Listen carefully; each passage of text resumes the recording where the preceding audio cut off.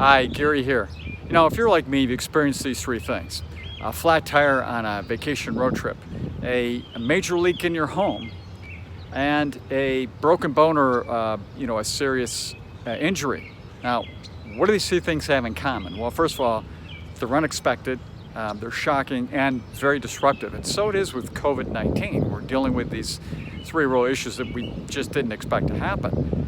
But if we look at this from a different standpoint about the whole being who we are, the three parts of us, which is really our heart and our mind and our soul, maybe we can look at this from a different perspective. So let me take a bit back down to earth a little bit and start with our heart. Here I like to use the term optimism. Now, there was a book written in 2010 by Matt Ridley called The Rational Optimist. And in it, he makes the point that you have the gloom and doomers out there basically saying everything's going to be horrible going forward.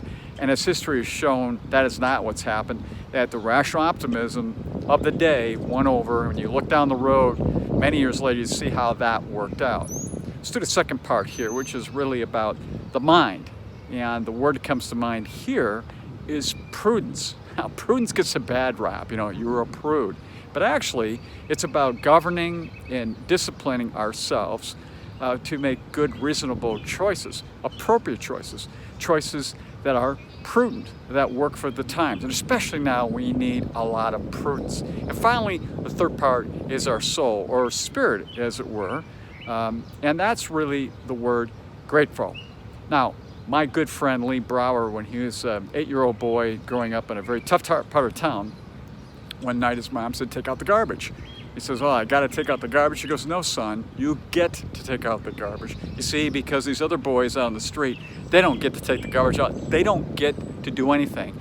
It always reminded him of how to be grateful for what he had by getting to take out the garbage. Now, when we look at what's going on out here, what this is really all about is our country has this collective shock.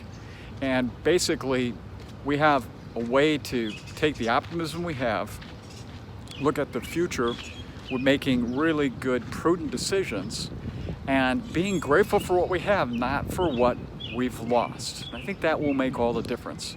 So until next time, enjoy.